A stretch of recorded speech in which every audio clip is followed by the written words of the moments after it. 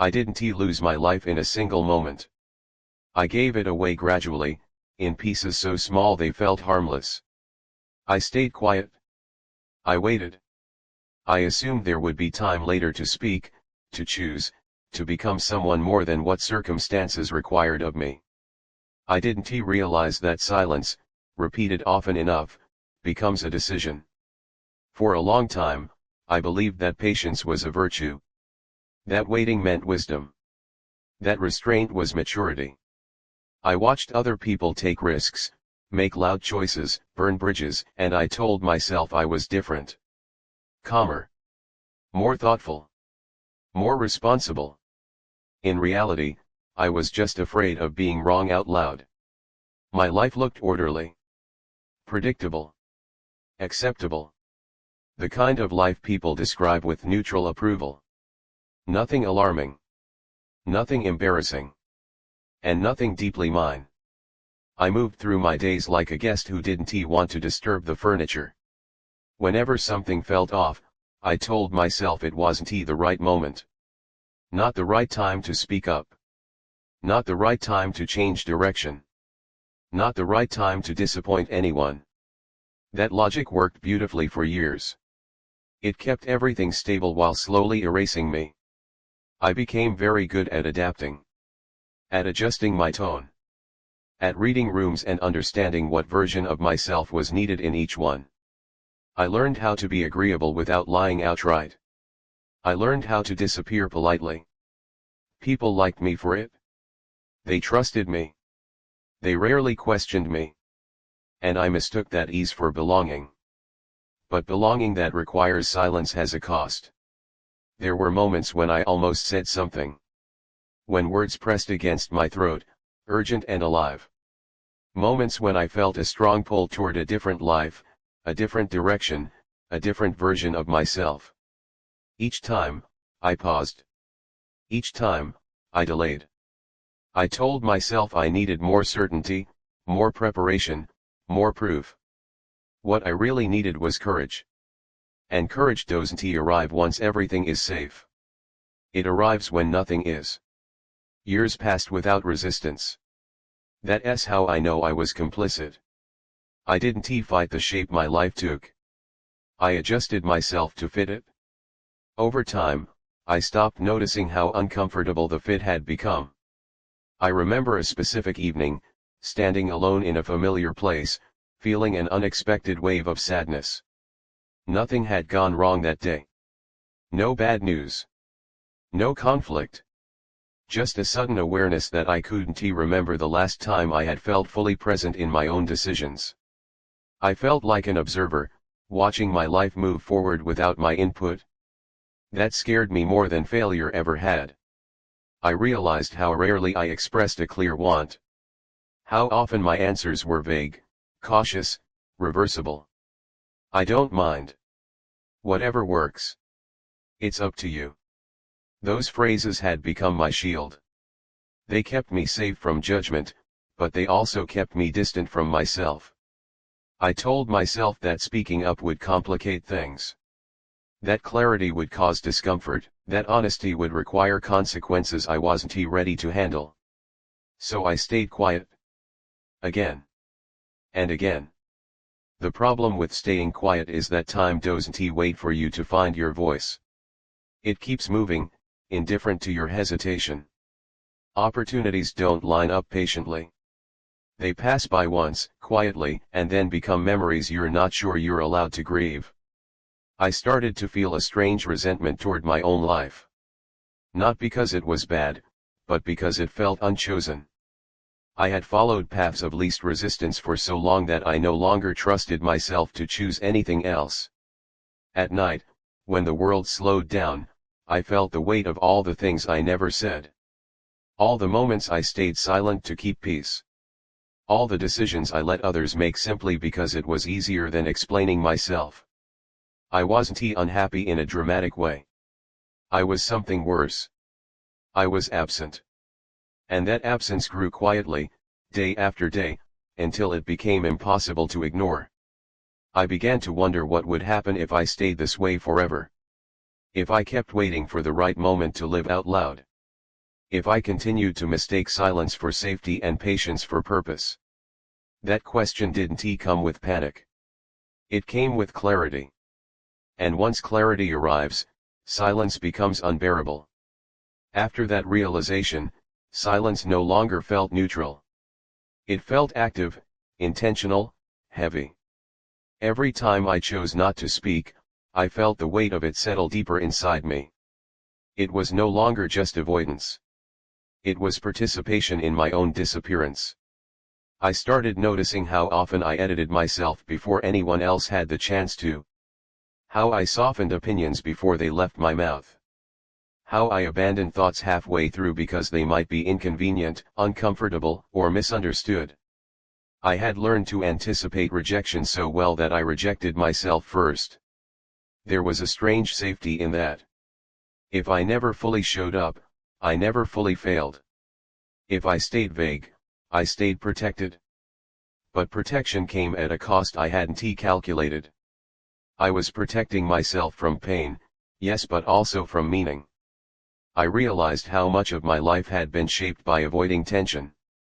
I feared conflict not because it was dangerous, but because it required me to take up space. To say this matters to me and accept that others might not agree. Silence felt kinder. Quieter. Less demanding. But kindness without honesty slowly turns into self-neglect. People assumed I was easygoing. Flexible. Low maintenance. They didn't see the effort behind that calm exterior.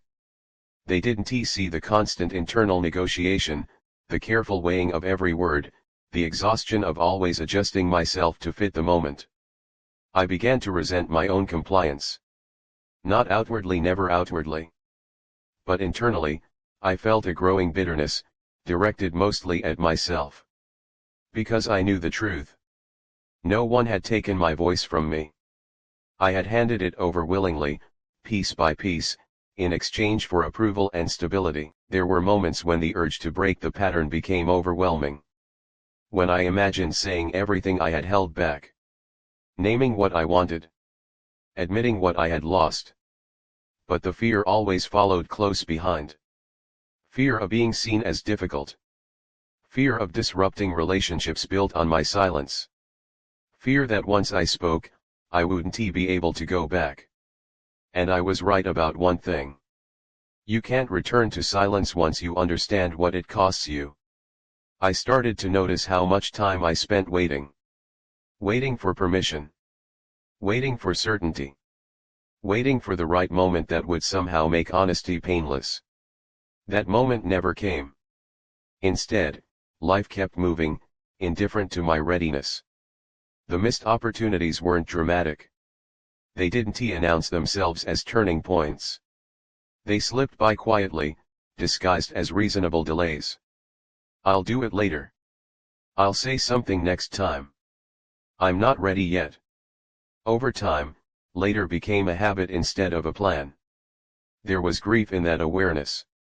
A deep, quiet grief for all the versions of myself that never got to speak. For the choices I never made because I was afraid of the consequences of clarity. For the relationships that knew only the surface of me, never the depth. I realized how often I mistook endurance for strength. I believed that holding everything in made me resilient. That staying calm made me mature. But resilience without expression becomes numbness, and numbness slowly disconnects you from your own life. I reached a point where staying silent began to hurt more than the risk of speaking ever could. Where the discomfort of honesty felt preferable to the emptiness of restraint. That shift didn't make me bold. It made me restless. Awake. Unable to continue on autopilot. I didn't know yet what I would say or how I would say it. I only knew that continuing to live quietly was no longer an option I could accept without resentment. And resentment, when turned inward, corrodes everything. For the first time, I allowed myself to consider a frightening possibility. That my life would never truly begin unless I was willing to be heard, even if that meant being misunderstood. And once that thought took hold, silence stopped feeling like safety. It started to feel like a slow, deliberate goodbye to myself. The first time I spoke up, it didn't sound heroic. My voice didn't shake, but it wasn't confident either. It was quiet, imperfect, and slightly delayed, like something learning how to exist again. Still, the moment the words left my mouth, something irreversible happened. I crossed a line I could never return from. Nothing dramatic followed. No applause. No collapse. The world didn't stop to acknowledge my honesty. And yet, inside me, something shifted. I felt exposed, but also strangely present. For the first time in a long while, I knew exactly where I was standing in my own life. That moment taught me something important. Speaking up doesn't instantly fix anything, it doesn't resolve confusion or guarantee understanding. What it does is end the illusion that silence is harmless. It forces you to live with the consequences of your truth instead of the quiet ache of avoiding it. I began to notice how different my days felt when I didn't erase myself in advance. Conversations became slower, heavier, but more real. Some people leaned in. Others pulled away. I learned quickly that not everyone is comfortable when you stop being easy. That loss hurt. But it hurt cleanly. It didn't feel like betrayal. It felt like separation. There were moments of regret. Moments when I wished I could go back to being invisible, to being liked without effort. Silence had been simpler. But simplicity had come at the price of presence, and I was no longer willing to pay it. I didn't suddenly become outspoken or fearless. I still hesitate. I still choose my words carefully. But now, my caution serves clarity, not erasure. I speak not to dominate, but to exist. That difference matters more than I ever understood before. As time passed, I began to feel something unfamiliar. Ownership. Even when choices led to discomfort, they felt grounded. They felt chosen. I stopped measuring my life by how little disruption it caused and started measuring it by how honest it felt. The regret didn't vanish. I still think about the years I spent quiet. About the opportunities that passed while I waited for the perfect moment to be ready. That sadness stays with me, but it no longer defines me. It reminds me why I can't go back. If you're listening to this and recognize the weight of unsaid words, I want to tell you to speak immediately. Silence has its place. But I will tell you this. Silence chosen out of fear slowly becomes a life lived in parentheses. You don't need to be loud to be real. You don't need to be certain to begin. And you don't need permission to take up space in your own life. I stayed quiet while my life passed me by. Not because I had nothing to say, but because I was afraid of what saying it would cost me. Now I know the cost of silence was far greater. And for the first time, my life isn't moving without me. I'm finally here, speaking. Even when my voice is still learning how to sound.